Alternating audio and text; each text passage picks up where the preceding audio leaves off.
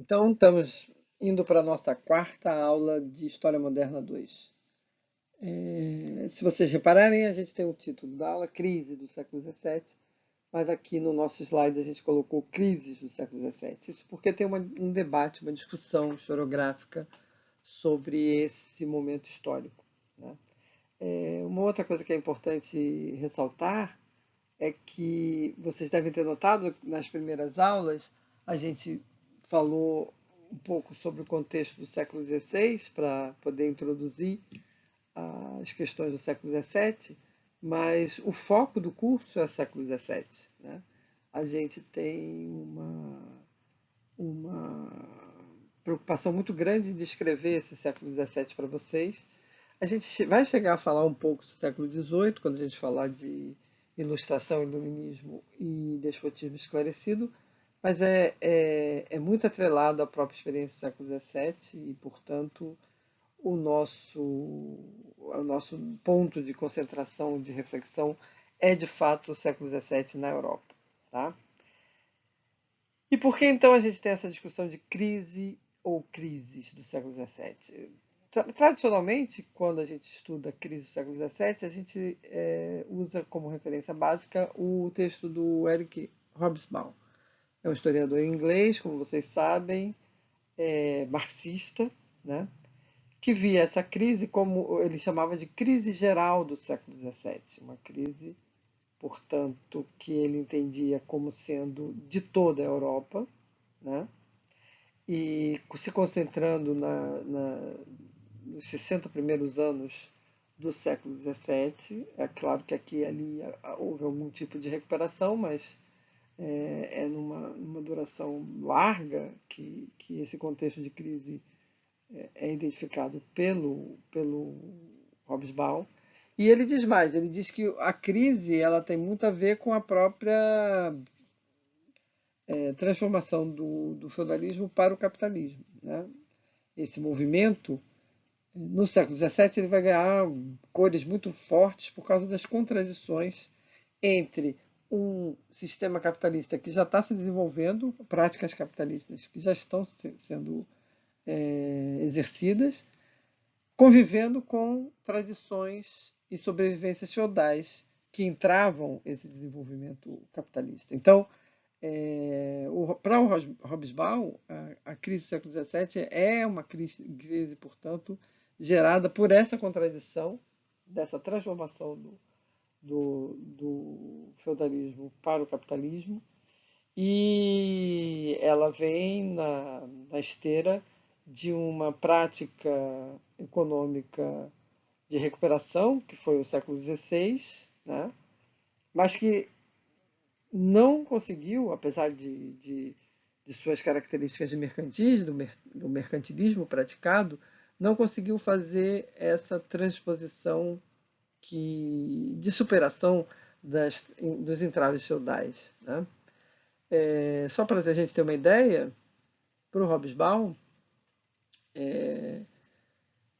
as práticas mercantilísticas típicas de Espanha e Portugal, especialmente concentradas no metalismo, em obter metais preciosos da exploração da América, né? é, não foi acompanhada pela prática mercantilística que vai ser desenvolvida na Inglaterra e na França, que é uma prática muito mais vinculada à produção manufatureira, né? Então, essas tensões todas vão desembocar no que ele chama de crise geral do século XVII. Atualmente, essa tese não é muito mais referendada, né? Ela é muito respeitada, muita gente ainda usa, com certeza, porque Hobsbawm é de fato uma referência fundamental para a gente entender a época moderna e a época contemporânea, né? Mas muita gente critica já essa percepção de uma crise geral, especialmente porque é perceptível que em algumas regiões haverá prosperidade econômica e em outras não, né? Então, para muita gente, o que há, na verdade, são várias crises, né? Que podem ser tanto crises regionais, digamos assim, de determinados países na Europa, ou mesmo crises motivadas por problemas estruturais que vão atingir de maneiras diferentes cada país europeu. Então, na verdade, olhar esse contexto de problemas econômicos do século XVII de uma forma mais plural vai trazer uma riqueza maior para a nossa análise, né? Então, eu acho mais sensato, talvez, a gente usar o termo crise, se bem que consolidado historiograficamente está o termo crise do século XVII. Tá? É, eu, no slide anterior, eu esqueci de mencionar aquela imagem que vocês veem, é um quadro de um pintor flamengo, de um pintor holandês, e que ele retrata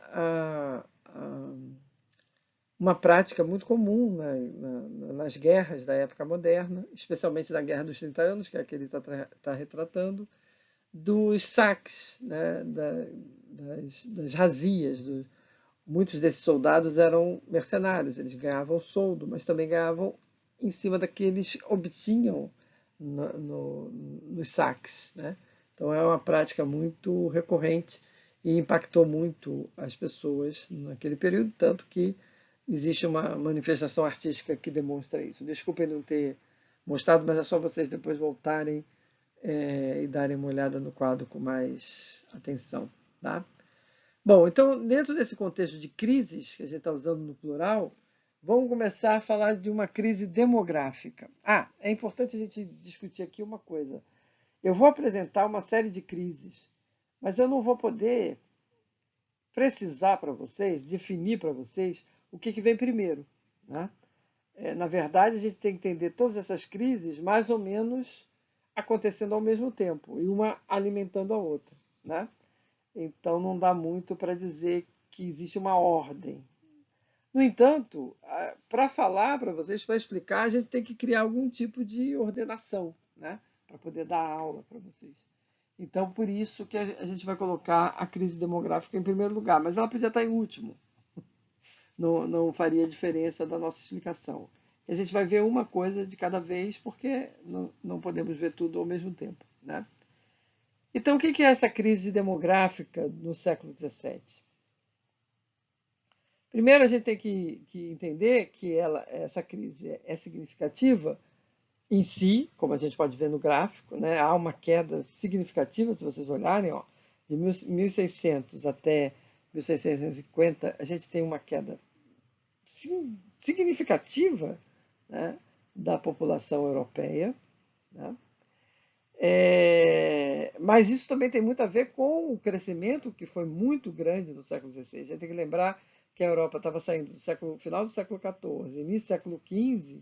A Europa passou por um período muito complexo e difícil, né? Demograficamente impactado especialmente pela crise gerada pela peste negra, né? E o século XV e o século XVI são séculos de recuperação demográfica.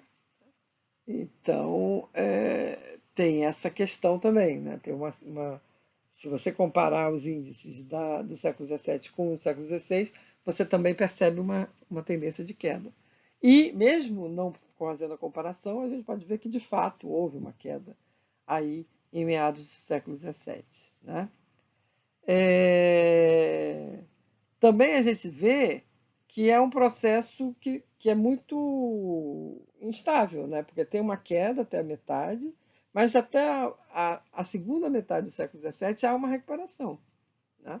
Inclusive com uma superação dos índices iniciais do século XVII. Então, a gente tem que entender o século XVII nessa dinâmica, nesse movimento de perda e também de recuperação da população. Né? A crise demográfica ela pode ser associada, veja bem, aí voltamos a falar, né? Não é uma questão de dizer quem vem primeiro, mas todas essas coisas estão relacionadas entre si e que promovem a crise demográfica, né? Então, a gente tem muitas guerras nesse período, especialmente a Guerra dos 30 anos, mas depois eu vou mostrar para vocês uma listinha de guerras nesse período, tá? A gente tem uma quantidade significativa de más colheitas, causadas especialmente pelo frio. O século XVII, em estudos climáticos, já foi comprovado que houve um aumento muito grande do rigor dos invernos, uma duração muito longa, alongada do inverno, né? E isso quebrando uma série de colheitas ou fazendo as colheitas ficarem mais tardias e menos abundantes, né? Isso tudo, é claro, alimenta, desculpem a frase contraditória, alimenta a fome, né? Ou seja, resulta em fome. As guerras desarticulam os campos, as más colheitas derivadas dessa desorganização do campo, ela vai também gerar problemas de abastecimento, né? Então, essas coisas estão todas relacionadas e uma alimenta a outra, como a gente já disse, né? E também as pestes, uma quantidade absurda de ondas de peste que a gente vai ver na Europa do século XVII. É uma espécie de eco da epidemia da peste bubônica do século XIV. Ela vai se tornar endêmica, a peste bubônica, nos anos subsequentes. E aqui e ali vai estourar em algumas regiões sob a forma de epidemia, né? É importante a gente lembrar que o século XVII ainda é um século, na Europa, predominantemente agrícola, né? Cerca de 80% da população europeia habita o campo, é uma população rural, portanto, né? Então, a gente tem dos indicadores aí daquilo que o Hobsbawm tinha falado lá no início da aula, né? De que era uma sociedade ainda com muitos entraves feudais, muitos problemas arcaicos, né?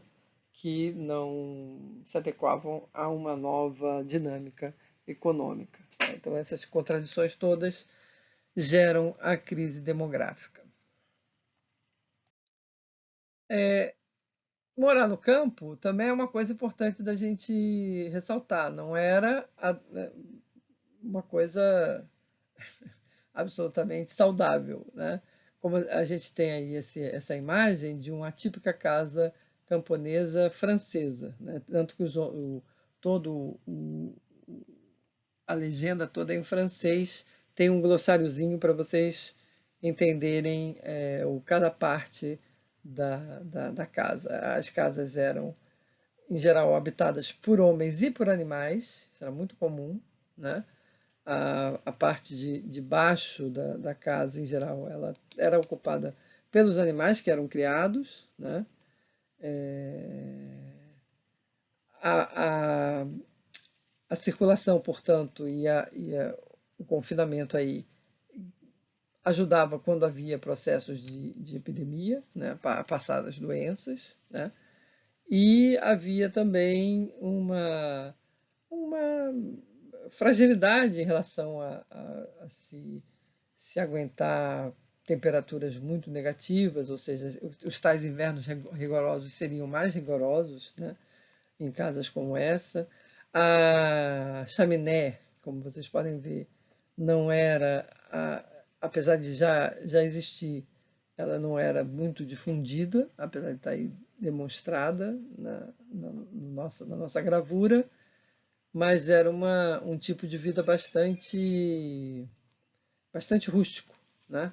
Como vocês podem ver. Isso é só para dar uma ideia da vida do homem do campo na Europa, tá? Mas também temos vida urbana no século XVII, né? Aqui temos um quadro mostrando o mercado de Amsterdã, né? Em que os comerciantes estão todos fazendo negócios, né? comprando e vendendo promessas de chegada de produtos, né? E a gente percebe, portanto, uma dinâmica muito grande. Então, existe essa contradição que a gente está falando. A gente tem uma população muito concentrada no campo, mas isso não quer dizer que não já haja uma atividade urbana significativa no século XVII. Mas, mais uma vez, alimenta mais uma contradição, né? Bem, a gente pode, então, associar algumas dos fatores da crise demográfica do século XVII, como a gente já vinha falado, né? Taxas de mortalidade muito elevadas, a expectativa de vida era de 25 a 30 anos, ou seja, uma expectativa bem baixa de vida, né?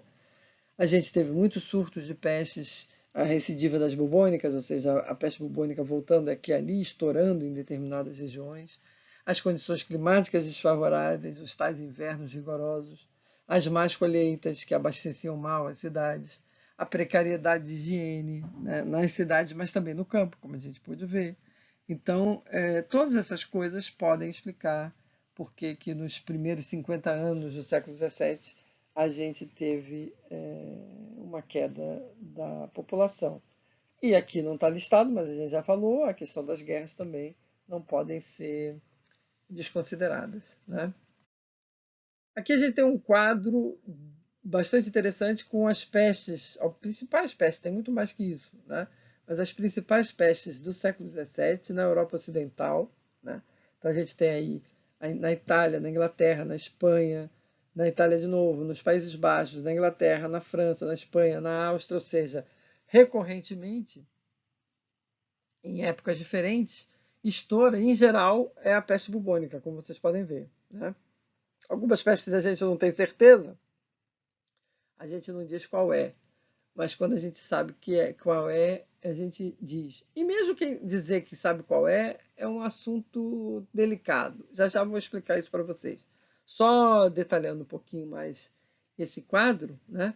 Então vocês podem ver que na Itália, de 1629 a 31, a gente teve uma peste, que ficou conhecida como peste da Itália. Na Lombardia e em Veneza, ou seja, na parte norte da Itália, peste bubônica.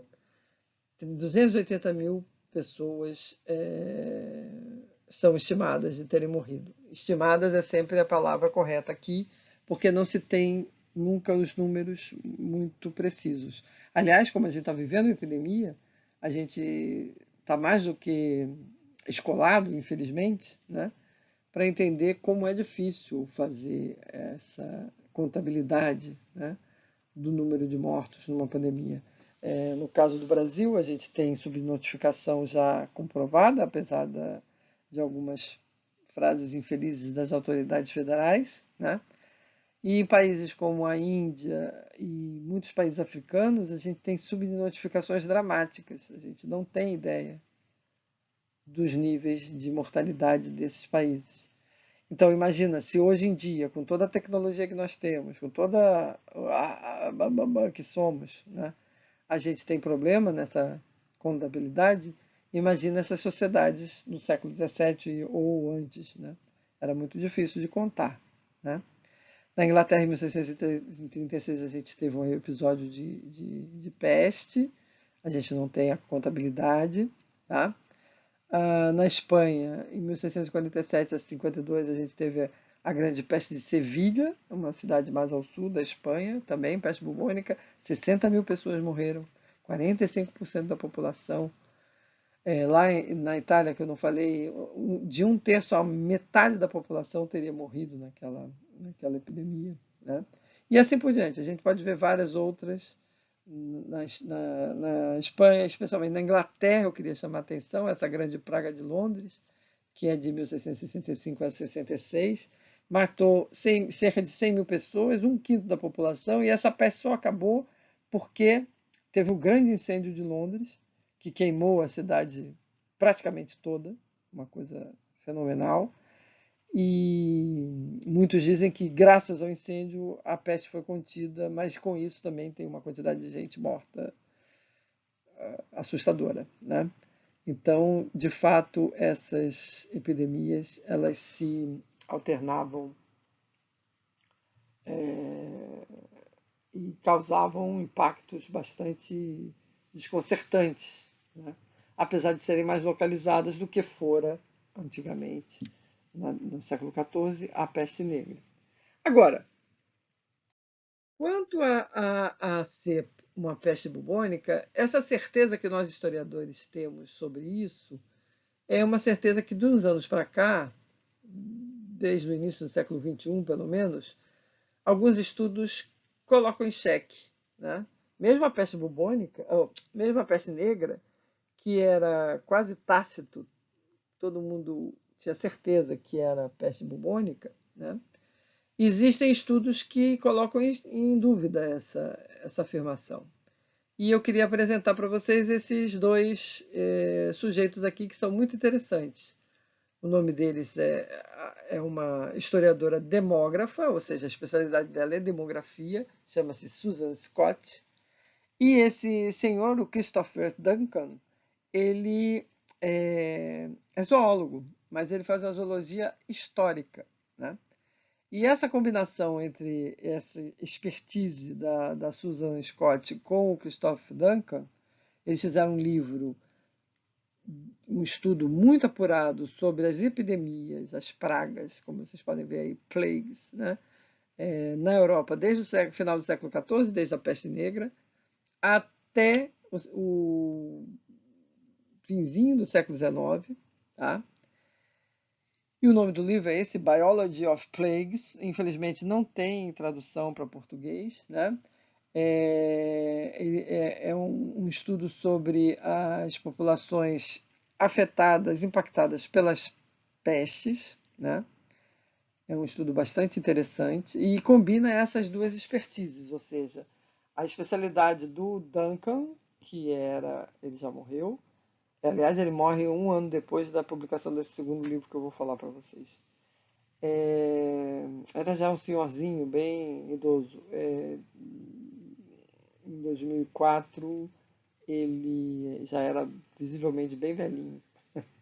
E eu vi uma palestra dele lá em Lisboa, né? E o outro livro que eu queria falar deles é um livro que eles publicam. O primeiro livro eles publicaram no início do século XXI, se não me engano é 2001. E esse outro livro, o Return of the Black Death, ou seja, o retorno da peste negra, que ele chama o maior, né, o maior serial killer da Terra, da face da Terra, né, é o subtítulo. É um livro mais comercial. O primeiro livro é super acadêmico, né? Tem tabelas, gráficos, muita informação. E esse aqui é mais dramático, ele é mais preocupado em fazer um dinheiro, né? De venda, fazer uma venda, né? E a ideia, tanto do primeiro livro quanto desse, é demonstrar que essa certeza que muitos historiadores têm de que a peste bubônica, que era uma peste bubônica, né, às vezes pode ser colocada em xeque. No caso da peste negra, que ele estuda nesse segundo livro com mais profundidade, mas aqui no outro ele também já falava, a peste negra do século XIV, segundo ele desconfia, pelo padrão de contaminação que ele detectou no estudo dele, né, que, na verdade, o padrão de infecção da peste bubônica, da peste negra, não é o padrão bacteriano, e sim, segundo ele é zoólogo, eu não sou, então não posso afirmar com muita certeza, a não ser a partir da reflexão que ele faz, né? Mas ele coloca em xeque e diz que, para ele, o padrão de infecção é viral, né? Então, na verdade, ele defende a ideia de que a peste negra, que foi classificada como peste bubônica, é uma classificação errada. O certo seria dizer que a peste negra foi uma peste de origem virótica, como, aliás, nós estamos tendo agora uma praga, uma peste, uma epidemia, uma pandemia de origem viral, né? E aí, nesses dois livros, ele faz uma série de argumentos. Eu acho que alguns são convencíveis, dão para convencer, outros a gente fica na dúvida, né? E o final desse segundo livro é que me deixa mais assim bolada. Mas por outro lado, eu tenho que reconhecer que ele tem razão, né? Porque nesse livro, lá em 2004, ele dizia assim: olha, uma peste como a peste negra, se for vírus, como eu estou dizendo que é, nos dias atuais, ela teria uma capacidade de se espalhar e virar uma pandemia muito maior do que no século XIV, né? Os aviões, as distâncias, a circulação das pessoas na nossa época vão alimentar, espalhar a doença com muita rapidez. É claro que ele estava escrevendo isso num contexto de uma outra epidemia, se não me engano, ainda era a do SARS, né? A primeira, lá no início do século XXI. De qualquer forma, parece um pouco premonitório o trabalho dos dois autores, né? O que eu não concordo muito é com algumas coisas que ele fala, como por exemplo, ele colocar em xeque que é viral e não bacteriano, eu até aceito porque eu não tenho argumentos para contrapor, né? Agora, ele diz também que a peste negra não teria começado no Oriente, teria começado na África. E ele diz também que ele acha que, na verdade, a peste negra, especialmente a peste negra, que ficou conhecida como pulmonar, né? Ela, na verdade, seria uma espécie de ebola, né? Isso já não me convence muito. Mas, de qualquer forma, o que eu queria mostrar para vocês é que tem um debate sobre isso, né? Então, aquelas coisas todas que a gente colocou ali, aquelas informações todas sobre peste bubônica, elas ainda merecem ser visitadas e reavaliadas por estudos como esse, né? De pessoas que unem habilidades diferentes. A historiadora, demógrafa, e o zoólogo, que é capaz de entender melhor os comportamentos de animais, se bem que vírus nem animal é, vocês sabem, né? Mas, de qualquer forma, é só para vocês saberem que existe o debate, tá? Se vocês me perguntarem, mas qual é a sua opinião, professora? Eu vou dar aula sempre falando da peste negra como peste bubônica, porque esse é o conhecimento consolidado. Mas desde que eu tive contato com essa reflexão, eu abro sempre uma exceção, abro sempre uma portinha e falo para os alunos: olha, atenção, isso aqui precisa ser melhor investigado e essa dúvida precisa ser dirimida, mas não sou eu que vou resolver essa questão, né? Bem, aqui a gente tem duas imagens muito fortes, né, da epidemia, das epidemias. No caso aqui as duas na Inglaterra, né? A imagem de um carro recebendo as pessoas mortas jogadas no chão, né? E aqui essas pessoas já para serem enterradas, né? Saídas da tal carroça, ó, vejam esse tipo de transporte, né? E os corpos aos magotes sem ter como colocar, então o jeito era fazer uma fossa comum, ou seja, abrir um buraco e jogava todo mundo lá dentro, né? Isso é uma cena bastante impressionante das pestes. Tem um filme que chama-se Amadeu, que é um filme que conta a história da vida do Mozart, e o Mozart morre numa peste. E o filme mostra essa cena de jogar o corpo numa vala comum, né? Na época de peste, são regras muito duras desse tipo de evento. Por exemplo, a minha mãe, nós não tivemos como o enterro ele é completamente controlado, né? A gente só pôde ficar 15 minutos no velório e não dava para ver, não dava para fazer nada. Um momento bastante duro, né, para as famílias e para as pessoas que têm vínculos emocionais com os mortos, né? Então isso aqui é só para a gente ter a ideia do impacto que é a, a peste na vida das pessoas, né? Uma outra crise que a gente tem que levar em conta é a crise monetária, né? A gente vai ver aqui nesse gráfico, justamente no período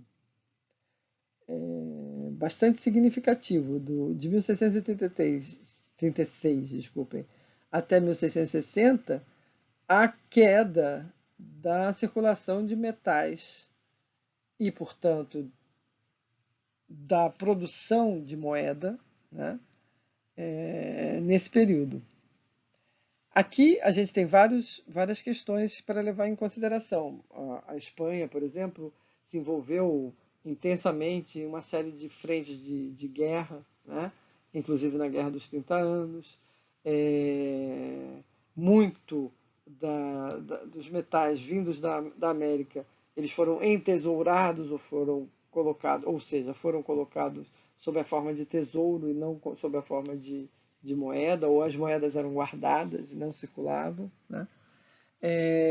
Tem a ver também com a da tal crise geral que o Hobsbawm fala, ou seja, essa ideia de que existe a contradição das expectativas econômicas de um grupo ligado a uma lógica feudal contra um grupo já querendo fazer uma série de atividades capitalistas. Então, tudo isso vai gerar essa tensão. O texto que a gente está citando aqui, a fonte desse gráfico, é um autor também fundamental, que é o Pierre Vilar, né, que faz um estudo justamente sobre a moeda na história. Né? Então, com isso, a gente vê que, para além da crise demográfica, para além da crise causada pela peste, você também tem uma crise monetária e, portanto, problemas econômicos significativos. Tá? As grandes guerras europeias do século XVII. A gente tem aqui uma coleção delas, como vocês podem ver. Né? A gente tem a Guerra dos 30 Anos, que é a mais importante. 1618 a 1648. Percebam que essa guerra ela vai durar o tempo que ela diz durar, 30 anos, né? Se bem que isso não é bem verdade, porque, por exemplo, a Guerra dos 100 Anos na Idade Média ela dura mais do que 100 anos, mas de qualquer forma, nesse caso, a Guerra dos 30 Anos faz jus ao nome, né? Mas entendam também uma coisa: a Guerra dos 30 Anos, assim como todas essas guerras que a gente está falando, inclusive a Guerra dos 100 Anos, que a gente já mencionou, elas não são guerras ininterruptas. Né? Você tem vários momentos de paz intercalados com momentos de guerra. Né? Então não pensem nessas guerras como um contínuo de batalhas. São batalhas aqui e ali que acontecem ao longo desse período, né? Mais ou menos motivados pelas mesmas questões. Mais ou menos por quê? Porque aqui na Guerra dos 30 Anos a gente vai ver que o início da guerra tem uma motivação religiosa, no contexto das tensões das reformas protestantes, né? E ela o palco principal dessa Guerra dos 30 Anos vai ser justamente o Sacro Império Romano Germânico, tá? E ela vai envolver uma série de países europeus e nem todos vão participar ao mesmo tempo dessa guerra. Né? Então, na verdade, o grande elemento em comum da Guerra dos 30 Anos é elas terem acontecido, as batalhas terem acontecido no Sacro Império Romano Germânico, no território do Sacro Império Romano Germânico. O teatro de guerra da Guerra dos 30 Anos é o Sacro Império. Né? Portanto, é a região que mais vai sofrer com essas guerras, vai sofrer com a destruição dos campos, mais vai sofrer com a mortalidade da população, mais vai sofrer com as razias e os saques. É uma região que vai sofrer muito e explica muitas vezes, quando a gente quer entender por que a Alemanha demorou tanto tempo a fazer a sua unificação, só vai acabar lá no final do século XIX, assim como a Itália, né? Muito dessa, não só, é claro, mas muito da explicação que a gente pode dar para essa demora no processo de unificação é esse efeito destrutivo que a Guerra dos 30 Anos teve nessas regiões, né? É, Mas, como eu já disse, nem todos os países, ao mesmo tempo, estão envolvidos nessa guerra, né? Às vezes, a Espanha, a França e a Inglaterra, elas vão ter momentos de intervenção diferentes em cada, ao longo desses 30 anos, né? Portanto, não se, por um lado, né, é uma guerra que vai ser prolongada, que vai, no início, ser marcada por uma questão de ordem religiosa, mas que ao longo do tempo vai se transformar numa guerra, na verdade, numa guerra de disputa territorial, né?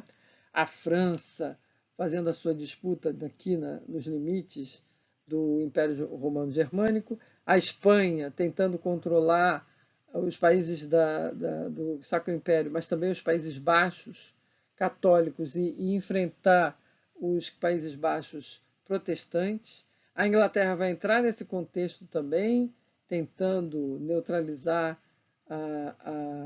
a força da Espanha no combate que Inglaterra e França, no embate que Inglaterra e França vem desenvolvendo desde o século XVI, como a gente viu na aula passada, né? Portanto, há uma mexida geral. A Suécia também interfere nessa guerra. Ou seja, você tem um contexto muito complexo, né? Mas o que nos interessa entender é que essa guerra ela vai gerar uma série de discussões sobre o território. Inclusive, muita gente entende que a paleografia e a diplomacia foram dois tipos de conhecimento que se desenvolveram graças a essa realidade da Guerra dos 30 Anos. Porque cada um dizia que tinha direito sobre um território. Apareciam documentos, os diplomas, né? Aqueles documentos dobradinhos, folhas dobradas, né?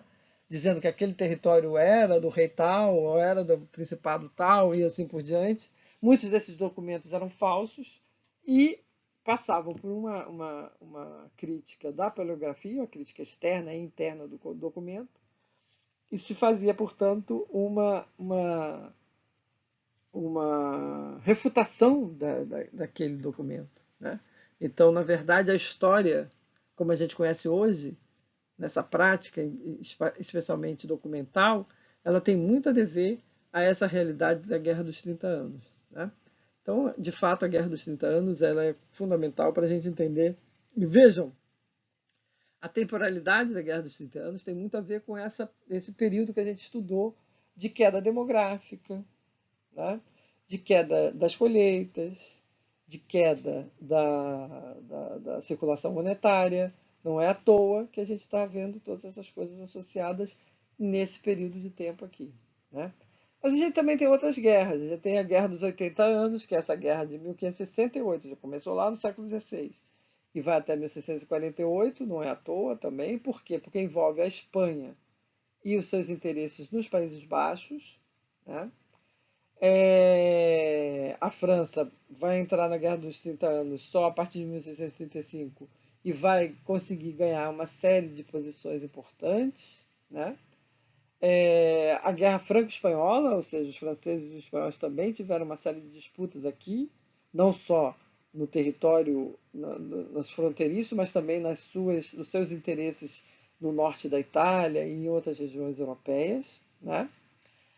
Tem a revolta da Catalunha, que é uma insurreição dos catalães que tentam sair da unidade da Espanha, que vocês sabem foi promovida por Castela, né? Então a Catalunha tenta um levante, mas não consegue fazer a sua independência. E tem a Guerra de Restauração Portuguesa, porque lá em 1580, vocês lembram, o Filipe II de Espanha e I de Portugal, ele anexa Portugal à coroa, ao Reino de Espanha, né? E em 1640, os portugueses, assim como os catalães, vão fazer uma revolta, mas ao contrário dos catalães, os portugueses vão conseguir fazer a sua restauração, ou a gente pode dizer, a sua independência de Espanha, né? Também tem a revolta de Nápoles, que é uma outra revolta que tem a ver com esses contextos de influência da Espanha na Península Itálica, né?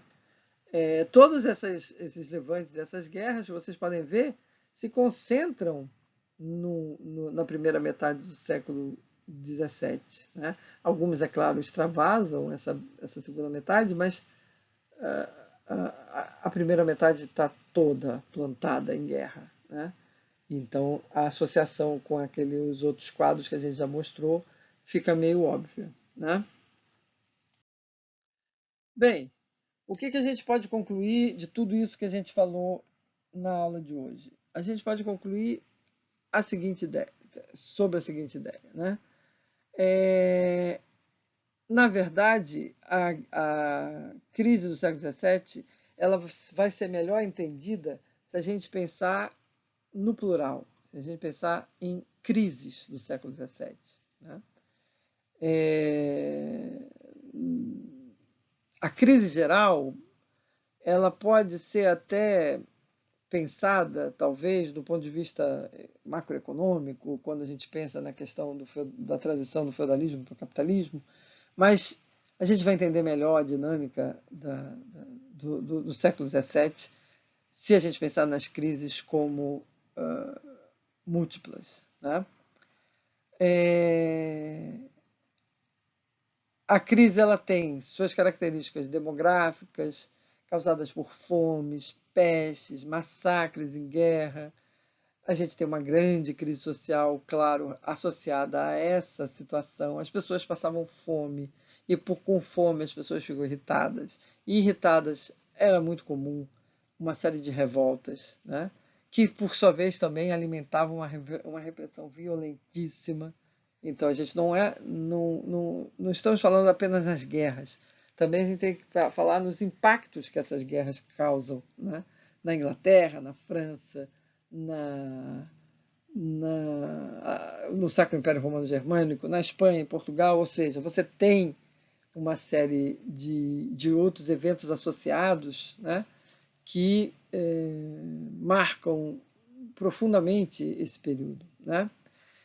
A crise econômica, claro, também está associada a todas essas questões, porque o impacto dessas pestes, o impacto dessa desorganização do campo, o impacto do abastecimento das cidades, né? A desmonetarização da economia europeia, tudo isso alimenta uma crise grave, né? O que não impede que algumas regiões europeias consigam prosperar, né? A Holanda, por exemplo, ela vai ter um rendimento razoável no século XVII. E a própria Inglaterra, apesar da primeira metade do século XVII ter sido catastrófico para eles, depois eles experimentam uma ascensão, né? Uma melhoria, né? Todo esse contexto ele vai resultar numa série de tensões que a gente vai estudar aqui no nosso curso, né? E a gente vai escolher dois momentos, dois desses fenômenos para estudar com mais cuidado, né? Que vai ser justamente a Fronda, que é um levante, uma revolta que acontece na Inglaterra, lá para o final da década de 40 do século XVII, assim como a revolução ou revoluções, depois a gente vai falar plural e singular de novo nessa aula, inglesa, né? Que acontece também praticamente na mesma época da Fronda, dura um pouco mais, é mais complexa, é mais alongada, né? Vai ter resultados bastante diferentes do que aconteceu na França, como a gente vai ver. Agora, para além disso, a gente tem outros levantes separatistas, né? O caso de Portugal é um exemplo clássico, né? Esse eu vou falar menos porque eu acredito que vocês já tenham estudado em Brasil 1 e Brasil 2, Então eu vou falar só na medida que vocês me pedirem para falar disso nos nossos encontros, tá? Não vou dar uma aula específica sobre a restauração portuguesa. Só quero que vocês entendam que a restauração portuguesa está dentro desse contexto geral aí que a gente mostrou de batalhas, levantes, né? E tentativas de reestruturação geopolítica da Europa. Tá? Com isso, a gente faz um grande painel para o século XVII para a gente estudar esses dois fenômenos específicos que a gente vai se debruçar nas próximas aulas, que serão a Fronda e a Revolução Inglesa ou revoluções inglesas. Vai depender de com quem a gente vai dar a mão para falar sobre elas. Como aconteceu aqui na aula, né? A gente falou do Hobsbawm, mas depois demonstrou que existem outras interpretações possíveis sobre a crise ou as crises do século XVII. Tá bem? Então, na quarta-feira, às 18h30 até às 19h15, desculpe, a gente vai se encontrar para tirar as nossas dúvidas sobre esse tema que tratamos aqui nessa aula. E também eu vou deixar para vocês um texto para apoiar vocês, um texto bastante interessante da Laura de Mello Souza, um artigo que ela faz um apanhado geral dessa crise geral do século XVII e mostra os autores que discutem essa questão e que vocês vão poder conhecê-los com mais tranquilidade, tá bem? Então até quarta-feira. Obrigada.